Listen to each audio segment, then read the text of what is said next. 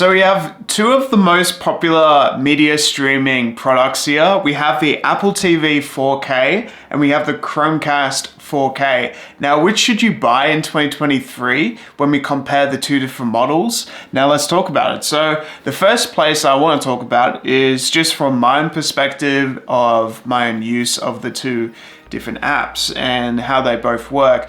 So setting both up, I found that the Apple TV was a lot easier to set up because I do have the Apple ecosystem.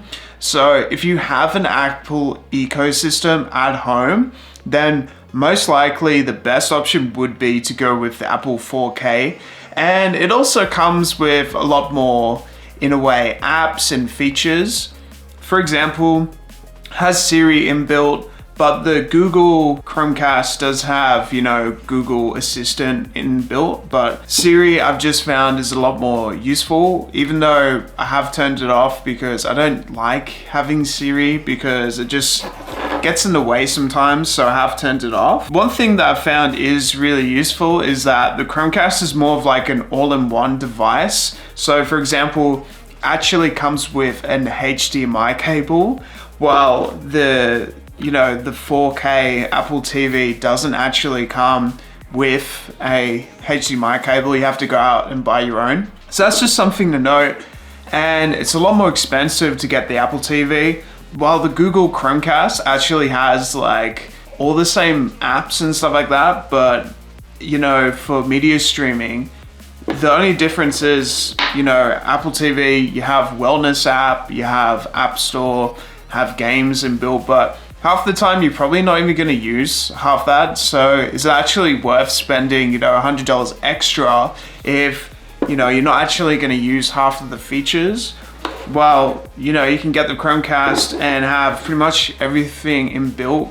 I found that between the two, it was actually a lot easier to navigate to find new apps with the Chromecast than it is with the Apple TV, because with the Chromecast, the way it's inbuilt is you have all these recommended apps, and it also has, easier ways of actually seeing all the apps that you can actually use for the Chromecast. While on the Apple TV, you have to actually go in, search, and actually manually find these apps yourself, and you might not be able to discover everything. But it's also useful because, in a way, you got to find what apps you're using on the daily. And if you remember, I actually need this thing to download this, for example, like Paramount, like you would actually remember to download that. So you would go in manually. But with the Chromecast, when you actually set it up like manually, you get to select like all your apps straight away and it just does it for you. So that's in a way a lot easier as a user. Now, talking about extra features, the remote is a lot better on the Apple TV because better build quality, but also because it has some extra features, like it does have the Siri feature and stuff like that, but also has this like cool motion detection here, so you can actually scroll through apps and stuff like that using this wireless remote. And it's not battery powered, it's only USB Type-C powered, but it has really great battery life as well. Overall, the remote on this app is really, really great. It does have these shortcuts, which are really good. So it has these Netflix and YouTube shortcuts, probably the most two popular apps anyway. So it's quite good that it just has that. It's also got a home button app, and it has volume controls and stuff like that. But I'm using external monitors, so I'm not really needing the controls for the volume there, if that makes sense. It doesn't have any like sort of motion sensing with the actual remote and stuff like that. It's pretty basic in terms of the actual build. But one thing I do like is it's a little bit smaller. But this one, two different ways of it being built. Definitely better build quality with the Apple TV remote overall, I would say. Only other things would be stuff like AirPlay. So for example, it's really well integrated once again with like Apple integration. So basically for like even your iPhone, you can integrate it really well with Apple TV, any other like iMac, stuff like that, but also like AirPods and AirPods Max, like they'll be able to be connected really easily with the Apple TV. And it's not something you would be able to do with the Chromecast. So there's some extra features there which actually do matter. Depends what you're using as well. Like some people aren't using AirPods and some people aren't using the Apple ecosystem in general. So getting the Chromecast, probably the #1 option for you. It depends, like, what are you using every day? Like, if you are using the Apple ecosystem, it is probably worth actually getting the extra $100 version.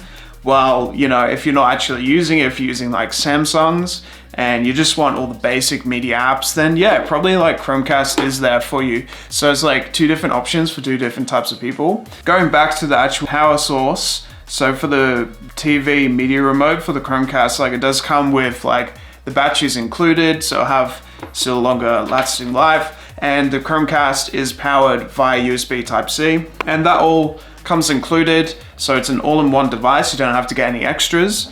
While the Apple TV, this has HDMI output, it even has an Ethernet port, which is just an extra option there for better internet connection. Also comes with like 0 lag with the Apple TV, that's just something to note as well. It does come with the power cable, same as like the Xbox and PlayStation power cable connection. And in terms of the size, like, you know, we'll have the Chromecast actually dangling from the TV or the monitor, just sort of like that with power. And, you know, it's okay, it still works fine, but it's sort of just dangling there.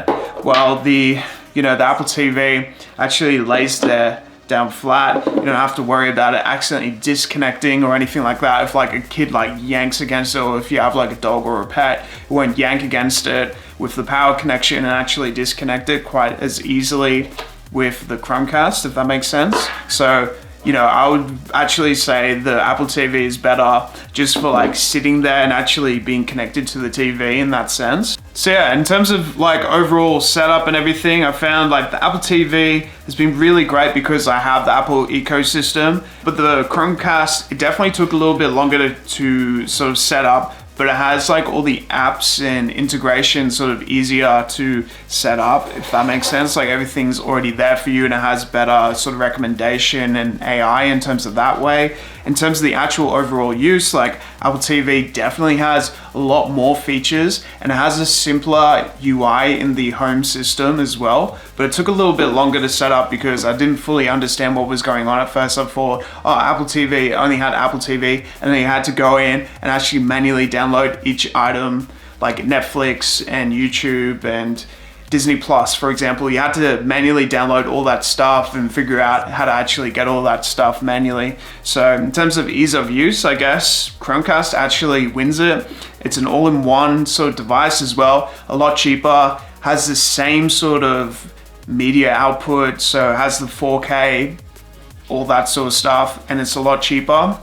So if you're just after something cheap and you're not after all the extra features such as like the AirPlay, the Apple integration, but also just like well-being stuff like the fitness apps, and we've got other apps like the games apps, and we have all these extra things there. So if you're not actually needing all that stuff, probably just get the Chromecast. But if you need like some extra stuff and you're using Apple every single day and you want great integration with all your Apple ecosystem, definitely the Apple 4K is probably for you. Hopefully this video helps you out. If you want to see more videos like this, make sure that you like and subscribe, and I'll see you guys next time.